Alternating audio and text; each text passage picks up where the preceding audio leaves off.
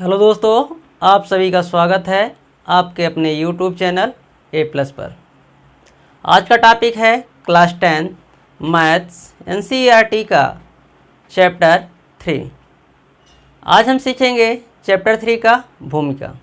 तो चलिए बोर्ड में देखिए। चैप्टर 3 दो चर वाले रैखिक समीकरण युग्म। आज हम सीखेंगे दो चर वाले रैखिक समीकरण युग्म। दोस्तों आप जानते ही दो ही होता है। चर जिसका मान चलता रहता है ना, जिसकी वैल्यू बदलती रहती है उसे हम क्या कहते हैं? चर। जैसे x, y, z, u, v है ना, जो भी हो वो क्या कहलाता है? चर। और रैखिक का मतलब होता है एक रेखा। ऐसा समीकरण जो एक रेखा पर निरूपित हो उसे हम क्या कहते हैं? रैखिक समीकरण। समीकरण किसे कहते हैं? समीकरण का मतलब होता है समान। समीकरण का मतलब होता है समान, यानी समता।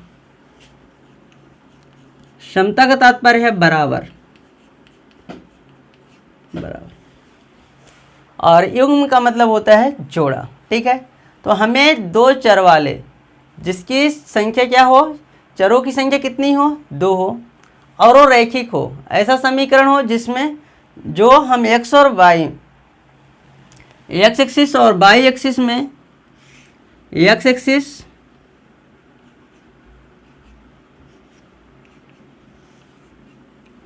और y एक्सिस है ना, x h और y h में हम उसको निरूपित करें तो एक रेखा सीधी रेखा बनाएगी। क्या बनाएगी? सीधी रेखा बनाए। उसे हम क्या कहते हैं? रैखिक। ठीक है, तो इसको समझने के लिए चलिए हम एग्जाम्पल लेते हैं कुछ। बहुपद और समीकरण।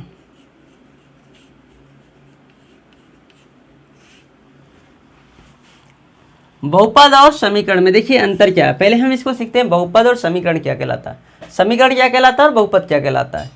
तो मान लीजिए p ऑफ x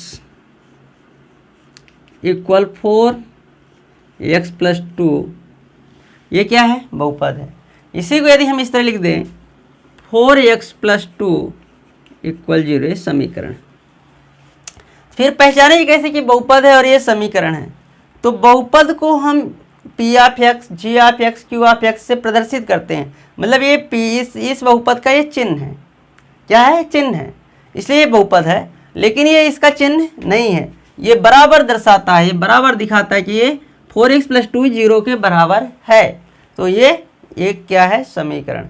यानी समीकरण का तात्पर्य होता है कि दोनों पक्ष क्या हो? बराबर हो। उसे हम क्या कहते हैं? समीकरण कहते हैं। कैसे? जैसे देख लीजिए, ये आपके पास है बैलेंस, तराजू। ये आपके पास है बैलेंस। एक तरफ आप यदि एक तरफ आप कोई भी वस्तु रखे हैं और उसका दूसरी तरफ एक भार रखे हैं, तो ये कब तक बैलेंस बराबर रहेगा? जब तक दोनों पक्ष बराबर होगा। और इसी को हम क्या कहते हैं? समीकरण। क्या कहते हैं? दोनों तरफ संतुलन बनाए रहे, उसी को क्या कहते हैं हम? समीकरण। यदि एक पक्ष कम गया, यदि यहाँ पे भार हम ज़्यादा रख दिए और वस्तुएं कम रख दिए, तो ये क्या होगा? इधर उधर होने लगेगा, है ना। यानी फिर ये समीकरण बराबर नहीं हो, ये समान नहीं होगा, यानी बराबर नहीं होगा। तो बराबर का चिन्ह हमारा क्या प्रदर्शित करता है? एक समीकरण। ठीक है, तो हम यदि ये तब तक ये बराबर रहेगा, कब बराबर रहेगा? जब दोनों पक्षों में हम बराबर रखेंगे। इसमें भी बराबर वस्तुएं रखें और इसमें भी बराबर वस्तुएं रखें। समझ में आया ना? यदि इसमें से एक प्लस करते हैं तो इसमें भी एक हमें प्लस करना पड़ेगा, तभी तो बराबर होगा। यदि इसमें से हम माइनस कर रहे हैं तो इसमें से भी हमें माइनस करना पड़ेगा। इसमें से यदि हम मल्टीप्लाई कर रहे हैं तो इसमें भी मल्टीप्लाई करना पड़ेगा, तभी तो बराबर रखना। तो समीकरण का मतलब हमें बराबर लेके चलना। क्या चलना है? बराबर। इसमें यदि डिवाइड करेंगे तो इसमें भी हमें डिवाइड करना पड़ेगा। लेकिन तो देखिए, दोनों पक्ष में यदि बराबर यहाँ पे है, दोनों पक्ष में हम किसी भी संख्या को प्लस कर सकते हैं तो समीकरण नहीं बिगड़ेगा। किसी भी संख्या को हम माइनस कर सकते हैं तब भी समीकरण नहीं बिगड़ेगा। ये मल्टीप्लाई भी कर सकते हैं अपनी आवश्यकता अनुसार, या डिवाइड भी कर सकते हैं अपनी आवश्यकता अनुसार। यानी हम दोनों पक्षों में प्लस भी कर सकते हैं, माइनस भी कर सकते हैं, मल्टीप्लाई भी कर सकते हैं, डिवाइड भी कर सकते हैं बराबर संख्याओं का। समझ में आया? इससे हमारा समीकरण नहीं बिगड़ता है। और यदि हम यहाँ पे क्या कर दें, यहाँ पे प्लस कर दें और यहाँ पे प्लस ना करें तो समीकरण फिर वो समीकरण नहीं कहलाएगा। यदि हम यहाँ माइनस कर रहे हैं तो यहाँ भी माइनस करें तो नहीं हो, है ना। तो ये हमारा समीकरण का क्या होता है, दोनों पक्ष को बराबर रखना है। अब हम समीकरण को हल करने के लिए हमें दो चीज़ें याद रखना है। यदि दो पक्ष मिलेगा हमें, एक पक्ष इधर मिलेगा 4x + 2 और इधर, ठीक है। तो इधर यदि हम किसी भी संख्या को इसको हटाना चाहते हैं ना, ये कांस्टेंट है, इसको हम हटाना चाहते हैं, किसी भी कांस्टेंट को हटाना है तो यदि हम इधर माइनस करना है 2 का तो इधर भी -2 का करेंगे तभी तो समीकरण होगा। तो यदि यहाँ पे प्लस है तो इधर क्या चला जाएगा, माइनस हो जाएगा। यानी LHS साइड में और RHS दो साइड में मिलती है। LHS में यदि कोई भी कांस्टेंट है ना, अचर संख्या प्लस है, क्या है, प्लस है, उधर जा क्या हो जाएगी, माइनस। इधर माइनस है तो प्लस, मल्टीप्लाई है तो डिवाइड, और डिवाइड है तो मल्टीप्लाई, ठीक है। इस तरह से संख्याएं होती चली जाएंगी। तो ये हमें ध्यान रखना है कि दोनों पक्षों में हमें समीकरण यदि हम बना रहे हैं तो दोनों पक्षों को हमें क्या करना चाहिए, बराबर रखना है। यदि एक तरफ प्लस कर रहे हैं दूसरी तरफ भी हमें प्लस करना पड़ेगा, एक तरफ यदि माइनस कर रहे हैं दूसरे पक्ष में भी हमें माइनस करना पड़ेगा। यदि एक पक्ष में मल्टीप्लाई करें दूसरे पक्ष में हमें मल्टीप्लाई करने का पड़ेगा सेम संख्या का। डिवाइड कर रहे हैं तो डिवाइड भी करना पड़ेगा। यदि हमें आवश्यकता अनुसार यदि प्लस LHS साइड में कोई भी नंबर हमारे चाहे चर हो चाहे अचर हो, यदि प्लस है उसको RHS में ले जाएंगे तो माइनस हो जाएगा। यदि उधर से हम लेके आएंगे तो इधर प्लस हो जाएगा, इधर माइनस है तो प्लस हो जाएगा, तो प्लस है तो माइनस हो जाएगा, माइनस है तो प्लस हो जाएगा, मल्टीप्लाई है तो डिवाइड हो जाएगा, और डिवाइड है तो मल्टीप्लाई हो जाएगा। और यदि इधर से हम लेके आ रहे हैं, RHS साइड से लेके आ रहे हैं, इधर यदि माइनस है तो यहाँ पे प्लस हो जाएगा, यहाँ पे प्लस है तो यहाँ पे माइनस हो जाएगा, यहाँ पे डिवाइड है तो यहाँ पे मल्टीप्लाई हो जाएगा, और यहाँ पे मल्टीप्लाई है तो डिवाइड हो जाएगा। तो दोनों पक्षों का सेम कंडीशन रहेगा, सेम शर्तें रहेगी। इधर से यदि संख्या जाएगी तो उधर प्लस हो जाएगी, उधर से यदि हम लेके आ रहे हैं तो माइनस हो जाएगी। ये महत्वपूर्ण रूल है, ठीक है। तो ये आपको समझ में आया होगा। चलिए और आगे देखते हैं। x² + 2x + 4 ये इक्वल 0। ये अब आपका क्या है, समीकरण। बहुपद नहीं है, क्योंकि बहुपद होता तो यहाँ पे हम p(x) और g(x), q(x), r(x) से डिनोट करते। तो ये समीकरण है। तो ये कौन सा समीकरण है, ये इसमें चरों की संख्या कितनी है, चर x है तो यहाँ पे भी x है, तो चर की संख्या 1 है तो चर है, ठीक है। यदि इसी समीकरण को हम लिखते हैं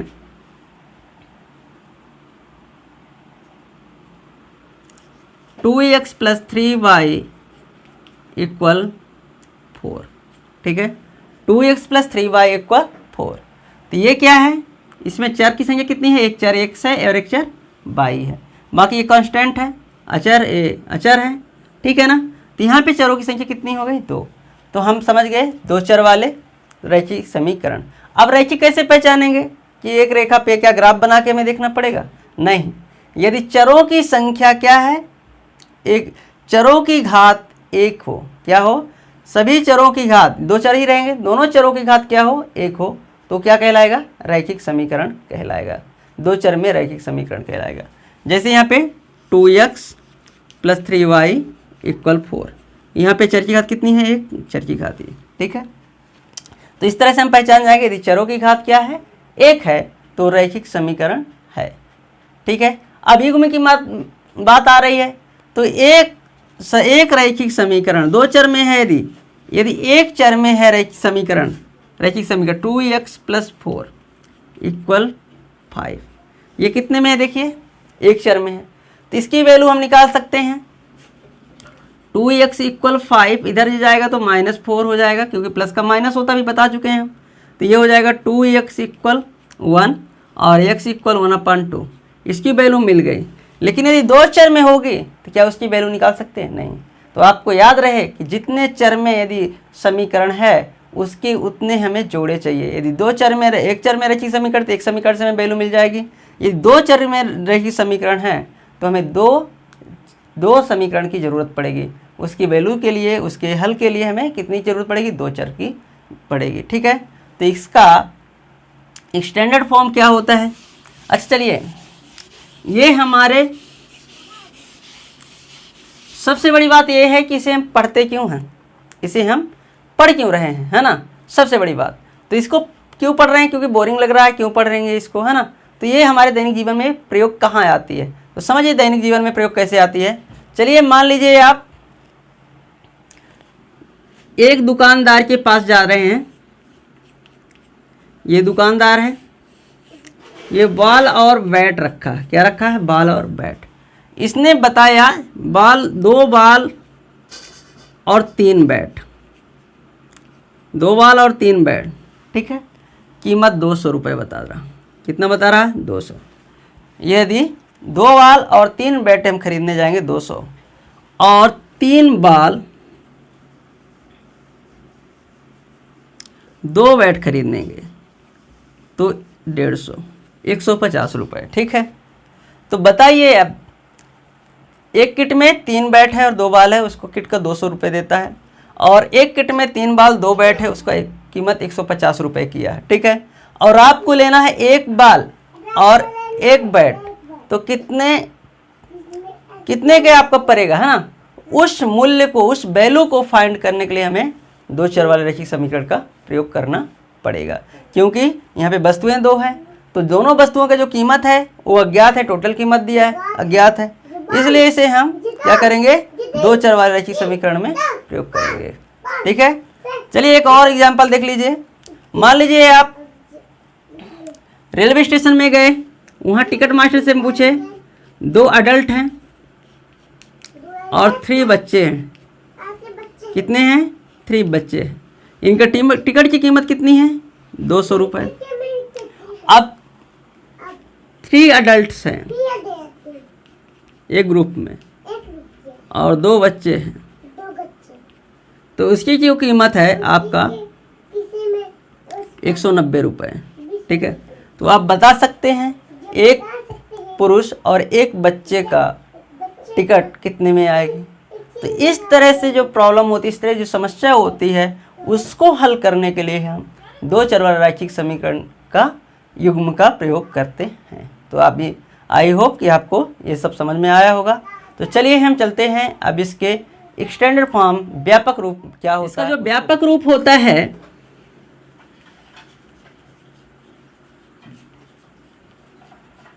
इस तरह से होता है, ax plus by plus c equal 0, जहाँ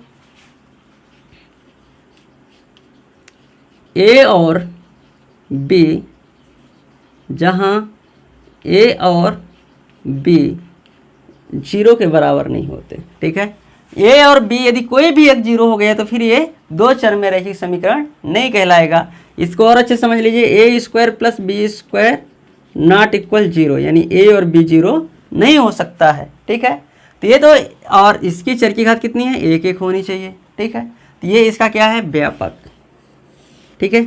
अब हमारे पास व्यापक रूप है एक चर वाले रैखिक 2 चर वाले रैखिक समीकरण के। अब हमें युग्म की जरूरत है, तो युग्म के मतलब 2 चाहिए हमें, तो इसको हम a1 बोल सकते हैं, a1x plus v1 bye plus c1 equal 0, और इसी को हम बोलेंगे a2x plus b2 by plus c2 equal 0।